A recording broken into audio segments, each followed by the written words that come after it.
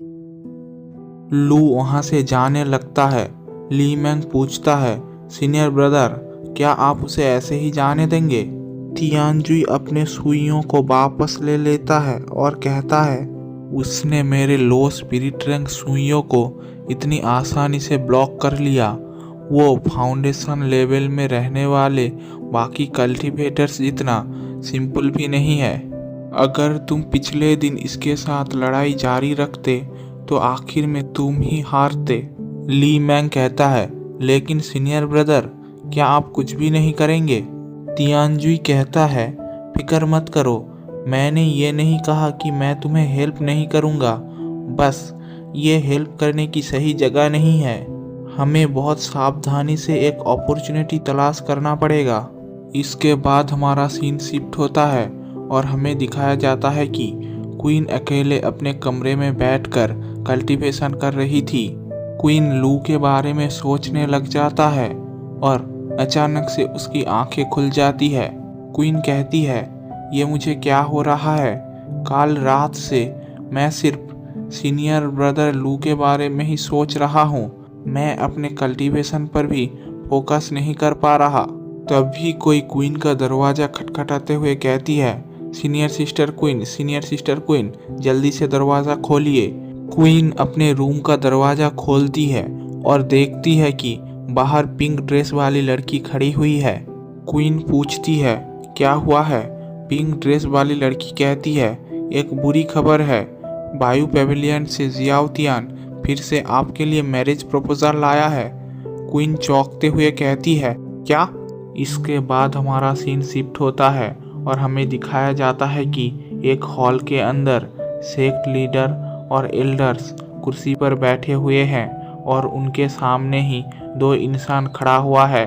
Sect leader मिंगवान कहते हैं, जियाओतियान, queen ने पिछली बार ही आपके काइंड प्रपोजल को रिजेक्ट कर दिया था, तो आप फिर से यहाँ पर क्यों आए हैं? फिर हमें जियाओतियान के बारे में बताया जाता है।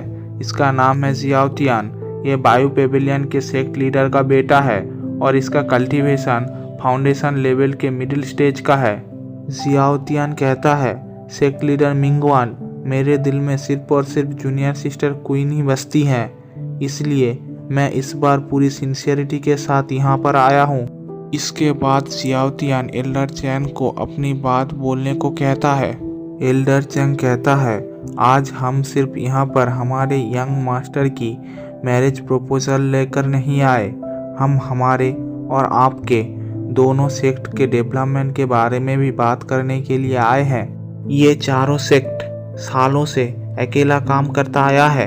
हमारा बायू पेविलियन इन चारों सेक्ट में से तीसरे रैंक पर आता है, लेकिन आपका लुओयुन सेक्ट इनमें से लास्ट रैंक पर आता है। इस ग्रैंड एफिलेटेड कंपटीशन के बाद बहुत सारे फाउंडेशन लेवल के students secret realm of countless treasures में जाएंगे ताकि उनके गोल्डन कोर लेवल में ब्रेक थ्रू करने के चांसेस बढ़ सके। लेकिन किसी सेक्ट के कितने स्टूडेंट्स पार्टिसिपेट करेंगे, ये सेक्ट के रैंक द्वारा ही निर्णय किया जाएगा। पुलिंग गेट फास्ट रैंक पर आता है, इसलिए उन्हें 40 स्पॉट दिए जाएंगे और हमारे बायू पेविलियन को 20 स्पॉट्स दिए जाएंगे और आपके पेविलियन को सिर्फ 10 ही स्पॉट्स मिलेंगे। अगर सब कुछ ऐसा ही चलता रहा तो हम कभी भी इस चीज़ को पलट नहीं पाएंगे। सेक्ट लीडर मिंगवान पूछते हैं, तो तुम लोग क्या करना चाहते हो?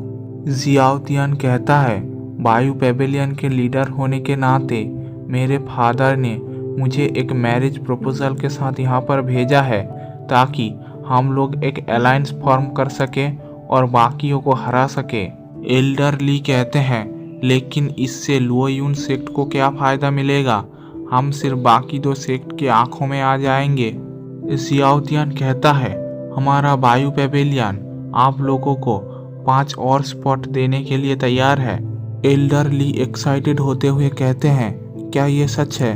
क्वीन पीछे से कहती है, मैं इस मैरिज प्रपोजल को नहीं मानती।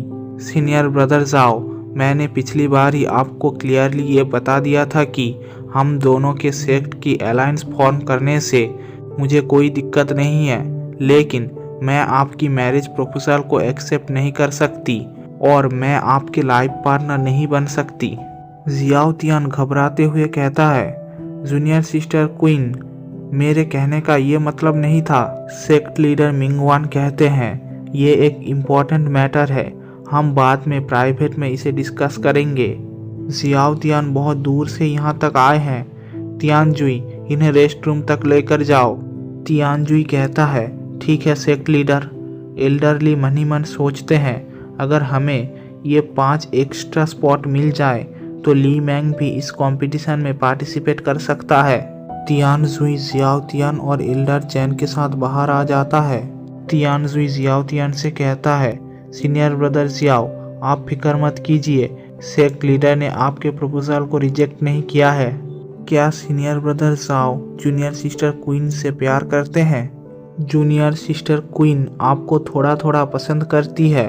जियाओ तियान कहता है, क्या तुम सच कह रहे हो? तो वो बार बार मुझे रिजेक्ट क्यों करती है? तियानजुई कहता है, पिछले कुछ दिनों हमारे सेक्ट में एक नया डिसाइपल आया है जो जूनियर सिस्टर क्वीन के आसपास घूमता है। उसमें थोड़ा बहुत स्किल भी है, लगता है उसने जूनियर सिस्टर क्वीन के ऊपर कुछ जादू कर दिया है। जियाओ तियान गुस्सा होते हुए कहता है, क्या कहा तुमने?